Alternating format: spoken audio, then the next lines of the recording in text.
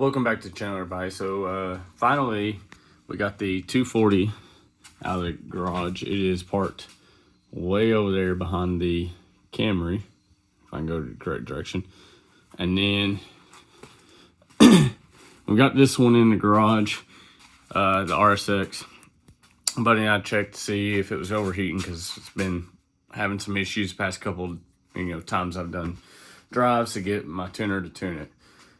It did fine the other day, but I told him, so of course, soon enough, I'll go test drive it again without him here and I'll have issues.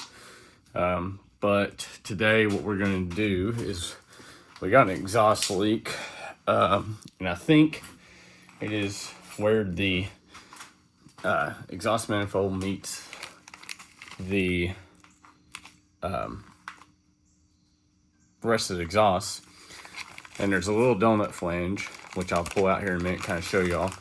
And when I originally put the exhaust on, there was also a little, I'm talking about maybe a half inch, no, about a quarter inch metal gasket.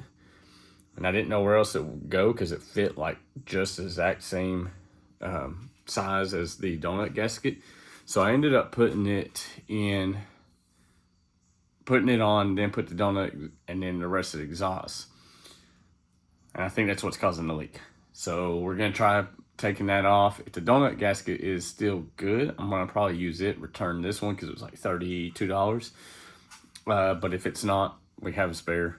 So we're gonna get the car jacked up on the front, put the blocks underneath our back tire so it don't roll out and it fall on us. And then we've also got to take care of the interior. We've had some issues. I don't know if the sunroof drain's leaking. I think it's the rear tail lights, the gaskets around them. I think that's what's causing water to get in the car, but we have all this issue. So the issues we're having, this side's not bad, but you can see maybe on, of course, nope, nothing on that side. Right here you can see we got some mold, mildew growing there. You can kind of see it on the door over there. You might be able to see it. I'm gonna zoom in here. You can see it right there growing on all that. So the car just needs some good cleaning. I think the seat, so what we'll do is pull the seats out, vacuum everything, wipe everything down. But we're also going to check and see if it's the rear brake light gaskets that are leaking. I think I replaced one of them, but not both. When the car got hit in the rear end a while back, and I had to get a new brake light and stuff. So we'll look at that. If that's not the issue, we'll have to locate where our sunroof drains are, because I know that they can get clogged up. They're somewhere up here and cause water to back up and come in through the headliner and make it seem like your windshield's leaking or go down your A-pillars in the floor. But anyway, moisture's getting in the car and that's causing mold to grow. And you can tell it's moisture's getting in the car. It's not just where it's been sitting. The reason is when you get in the car, it's very humid. Like yesterday, I think it was 75 degrees out, and it was more humid in the car than it was outside. So anyways, we're gonna get all that taken care of, but I'm gonna go ahead and get the car jacked up and we'll go from there.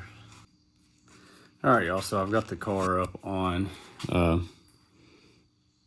ramps. I jacked it up, put it up on ramps. It should give me enough room to slide under and get the actual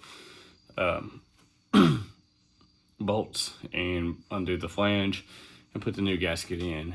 I don't want to put it on jack stands. My garage is not completely level. The 240 I had on jack stands, but I also had the tires underneath the car, and then there wasn't a whole lot of weight on it, so therefore I felt a little more safe. I've had this one up on jack stands before and haven't felt real safe. So anyways, I'm gonna show y'all kind of what it is that I'm replacing, where it's at, and then we will what I'll end up doing is I'll tell you what size the nut and bolts are for mine. They do have obviously aftermarket, they're not stock. So it really depends on what nuts and bolts come with your kit of exhaust and everything. But I'll tell you that I don't know if I'll be able to film it because it's just me. I don't really have a tripod that goes that low. I have got a new like suction cup tripod to be able to use. This is being recorded on my phone instead of my camera and my GoPro. Figured why not try this? Might be a little easier for me editing and everything. So let me know what y'all think about the footage, the quality and everything. But I've got this almost like a GoPro, like a little knockoff GoPro mount. And then I've got a part that goes up here that allow me to mount my phone. So yeah, I'll go ahead and show you now that spot that's got to be fixed. Sorry, I keep getting distracted and looking over. I got a new puppy and trying to make sure she don't learn how to jump the fence. So if you want to see her, bear with me just a second. This is the new puppy. She's supposed to be like a Belgian Malinois, I guess mix. Her name is Stormy. She is definitely a menace to society. Oh, and I do apologize that the audio quality is not great, that I am not using my studio mic, so bear with that. I will next time make sure I get those. But let's see, where is that exhaust gasket? It is way up here. Alrighty. So it is that one right there. And you can see there's a little space behind it, and that's because I added another little metal gasket. I don't think it's supposed to be there, so I think that is what's causing our exhaust leak. It also could be that. So I don't think I have a bolt long enough, so we may have to get one for that. But anyways, we're gonna replace that one and we'll get a bolt that long later on. So as you can see, there was this metal stuff that was all put together, and I put it behind this little donut, and it was broken in pieces. I'm sure that was our exhaust leak, and you can see where it was all smashed in and everything on that. And then our new part, where it looks like it's got a metal ring kind of built there to keep it from falling apart, a little bit of a metal one inside. So I'm pretty sure that'll fix, if not the exhaust leak, one of them. But I'm gonna get this put in here now, and we'll go from there. Alrighty, so I've replaced that. I used the nut was a 13 mil and the bolt was a 14 mil, and there's little springs, so it goes a nut like a washer, spring. Sorry, the bolt, the washer, the spring, and then the flange, gasket, flange, washer, nut. It was what it was. So now we're gonna try to start it. We still have a exhaust tick. I think it's either gonna be where that Allen bolt fell out and missing, and I'll have to get one, I guess tomorrow. Just run to Ace Hardware. And then the nut was tacked on, but the bolt itself was not, so I'll have to get some like Loctite or whatever, and then just Loctite it, or when I put the new nut in there and tighten down, tack it. I think it's a stupid design, but apparently nobody sells a fully welded out header for a K20 or K24, or an RSX, however you want to search it, Google it, whatever. So I'm gonna try to start it now, see if that's got an exhaust tick. If not, awesome. If so, then it's either that or the bolt in the header is a little loose. I think one of them kind of stripped out, so it may not be all the way tightened down. but I do plan on building the K20 and putting it back in here. It's just going to be a little while before I can do that. So we'll try starting it up, and then the next video, I think that'll be all for this video. I'm just trying to do a quick video. The next video, I'll probably start tearing out the seats and everything, trying to clean them. So what I'll do is back the car out of the garage. My mount is tearing everything up in the backyard, but I will back out the car out of the garage, take the seats out and everything, pull the seats in and clean them in here. I need to get some new lights because there's no lights on this side. There's that little shop light there, and then there's the ones that are way up there. So I need to get some of those and actually straighten my garage up because it is a wreck. But let's start this up.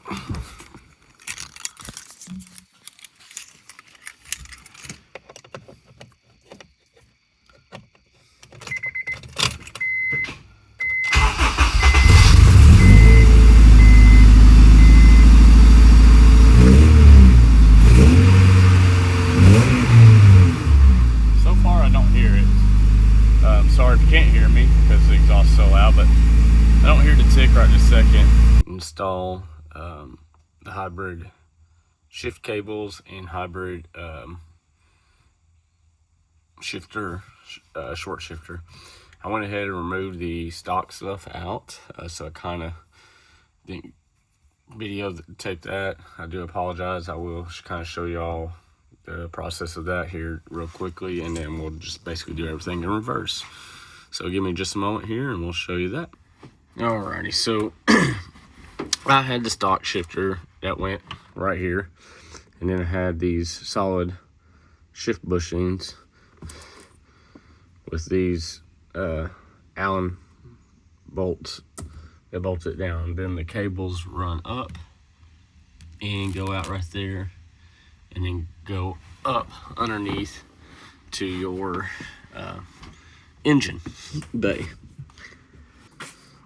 So then they come up and underneath, and they come out right here basically, and then come up and mount, like I said, in your engine bay to this one and that one. So we're basically gonna do everything in reverse order. I had to drop the exhaust manifold to drop the heat shield. Here's the old cables. You can see this is the line or the thing. So this would have been inside the car here. This would have been inside the car. This would have gone down, and all that would have gone underneath the car and then up into the engine bay. So I dropped the header that's way over there to get the heat shield, and this header has, it's a PLM, and it has a slip joint, and I hate them. And so I have bought an Alpha, this Skunk 2 Alpha header. It's in the mail. We'll be videoing that going on soon. Probably won't be here for another week due to hurricanes and stuff like that. But yeah, we'll get started on putting this back together, at least for that. Oh, and then I've got some titanium exhaust studs, so I'll have to get those out, the regular ones out, and then a few other little tad bits stuff here and there that we'll be putting in. So like I said, yeah, let's go ahead and get started putting those back in. Probably going to try to reuse this boot, so I have to cut it a little bit to get this one off. So I'm gonna kind of videotape some stuff here and there. It's gonna be hard doing it all by myself, so we'll get to it. All right, y'all, so pulled the battery tray out so I can get the 10mm Allen that was like Permatex or whatever into, that's right there. So you pull that, there's 4 10s that you gotta pull, and then you pull your selector out. And then you undo this 12 that's right here. And this was actually pushed up in there more, but when you undo that, it slides down. because with the hybrid racing, you get this spring and those two springs up there that you guys swap out and stuff. So that's what I'm gonna do. Go ahead and swap those out, and then we'll pick back up here in a second. It's really hard to kind of film some of this stuff when I'm, doing it by myself and everything. But I'll pick back up here in a minute, kind of tell y'all what I did, and we'll be good to go. All right, y'all. So on the selector, after you pull these 4 10mm bolts out and that 8 Allen, and you can pull this out. There's that 1 10mm bolt that was down on in. You'll slide the rest of that stuff off. Take the new springs off. Put those new springs on. Put that 10mm bolt back in. Make sure that there's a little pointy part in there on the bottom that'll stick towards the back where your reverse solenoid is. And then you'll put your 10mm back in. If you put it in wrong, your reverse won't work. So once you get that done, you'll put everything back in with a little bit of Permatex around. So you'll need to clean off both the surface, this, and then the surface of the transmission. Put some Permatex in, stick her back on there. The 2 longer bolts, one goes here, one goes down in here. And then you got another 10 back here. It's a shorter one and a shorter one here. And then we're gonna hook our cables up.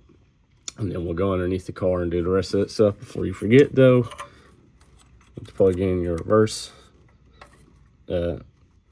shifting cable, your shifter selector cable thingy, whatever you call it. So now I'm gonna try to do this. I'm gonna have to come back in just a second. I can't do it one-handed. I'll show you what I've done. So I'm gonna connect the cables up. All right, so then you'll put your clips back in. There's one there, one there. You'll put in your cotter pins, one there, one right there.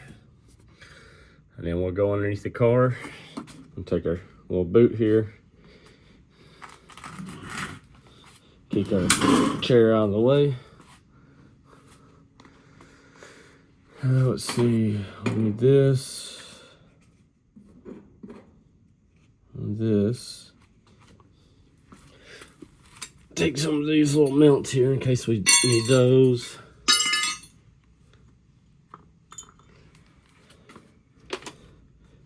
This and our tin.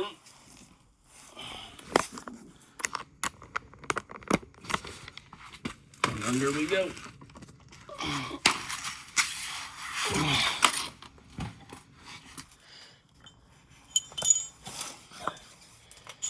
Now, I am going to turn y'all off and I'll show you here in a minute the stuff, but the light's kind of a little dim under here, so I'll need to use the flashlight. Actually, I think I'm charging the other one, but I still can't do stuff. All right, everybody, so I just got done from being underneath the car and getting everything tightened up. I wish there was a aftermarket boot for the where the shifter cables go in. You have to cut the boot, switch it over, gives you a little bit of protection, but it don't sit in there great. There's really nothing that holds the cables up great. I reused the factory ones, tested everything, make sure it still shifts and stuff. Show you that now. I'm also going to switch out the glove box handle, because one I had for this is brown. I'll show you that here in just a second.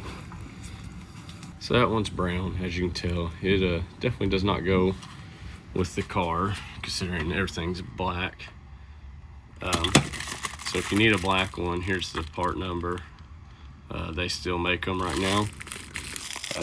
Surprised it's not discontinued like everything else. So black, brown. It's just 2 Phillips head bolt or screws, and on your RSX, and I'm assuming probably most other vehicles, there's these little tabs that just kind of pop in through the side. So what you'll do is you'll pop them out to be able to let this drop, and then you'll put in your take out your 2 10mm bolts and then put these in. Helps if you put it the correct way. So then you'll put it in, and then you'll have your latch. So I'm gonna do that now, and then I'll show you when it's done. Alrighty, so those are in. As you see, the latch. So then we'll take these little tabs I was talking about.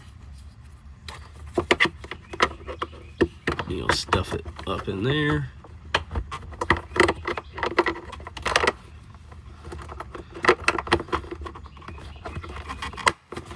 And flip, and it holds it. And then we got one more to do on this side. As you can see, it goes through right there, but you gotta make sure it's on the other side of this little thing here so it catches. And then now our cable that goes to the ECU for tuning. Stick her back in there, along with our registration stuff. And there it is. Now it's matching. We'll still save the brown one just in case something happens and that one breaks. And then here's the shifter. So these were kind of a pain to put on. I don't know if I put these on the right way. Some are facing out, some are facing in sometimes. I tried to do this one on the side. I probably could have gone down frontwards, but I did it on the side because the hole's here. And then the holes are here to put these in, so I figured it probably needed to be that way. But you can see first, second, third, fourth, fifth, sixth, and then reverse. So not a whole lot of movement. You can put it in gear, not a whole lot of movement. Now this is a 5mm Allen on both sides. So you loosen this one up, put it on here. I loosen this one up and drop this lower because you see how much higher it was. I may even drop it lower than that. I won't know until I get my shift boot next week. And then we'll start putting all this back together. I mean, I guess I can put all this back together, go ahead and put the seats in and stuff. And we'll just be able to put the shift boot back on here once we get it in, because that piece can go in by itself. But I'll probably put all that together and then I'll be done for tonight. One thing I did on this is I did install that, so that way it'll have a voltage here when I turn it on. Obviously, key's gotta be in, battery's gotta be hooked up. It's got a USB-C and USB-A for charging. This one up here, I tried to find a USB-C, but I'm just gonna have to use a USB-A to USB-C cable, or do Bluetooth. But this one runs to the back of the radio. I've got this out because I had to get new bulbs. I'll do that here in a minute as well. We'll get this interior looking back to normal somewhat. All right, so all this is back together minus the plate that's right here, because we gotta get a new shift boot, but it'll go in, snap down right there. We can raise this or lower this if we really want higher or lower. But we're gonna leave that out for now. Put all that back together. If you need the light bulbs for that, the part numbers, this one is the bigger white light. As you can see, that's that part number because it's the same there. If you need the smaller gray ones, it's that part number. And then, because I had a few burnt out, actually don't even need to put the keys in, we can just So there's that. I got new rings.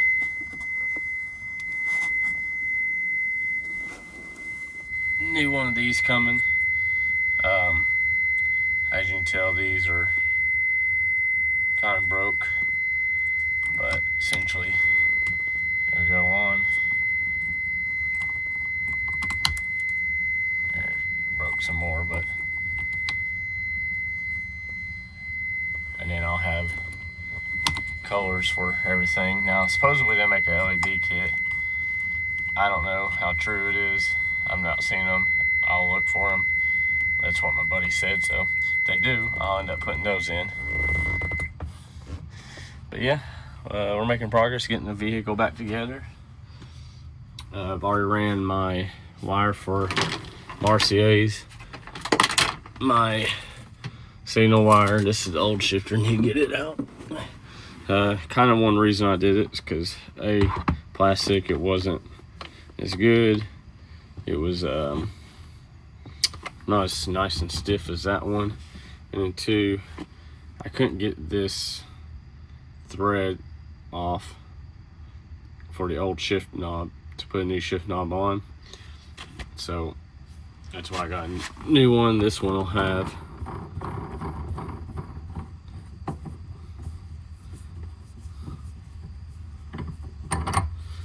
has a magnetic ring supposedly.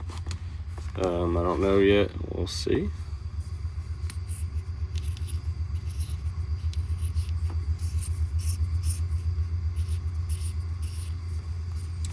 No, so yeah, magnetic ring to help like hold the shift boot up. So this thing will go on, and then you'll just put your shift boot over, you'll thread this on, and then it'll hold your shift boot. So like I said, that'll eventually get here. Make sure all of our lights are off, but anyways, that's gonna be all for this video. I hope you all liked it, enjoyed it. It's hard for me to do filming by myself. Don't have anybody to hold the camera. I've got a little small tripod that I'm going to try to start putting stuff on. I could have put some things on that for filming the interior, I guess. Didn't think about it until just now, but yeah, if y'all curious, this is all being filmed on my iPhone 16 Pro. I've got a external hard drive hooked up that I found off of Amazon that's getting all the videos recorded straight to it, so it's not using up capacity on this, and I can just plug it in my computer, let it all download, and then still have my phone for the rest of the day while all this is downloading and be able to edit later on. But yeah, I appreciate y'all watching. If you enjoy the content, like, subscribe, it helps me out, and we'll do some more stuff here soon. Bill, I'm in the mood for a switch up. I hit the function, hit the rose till I hiccup. I hit the stage and leave with money that's a sticker. She picture perfect, so I told him I'm a flick.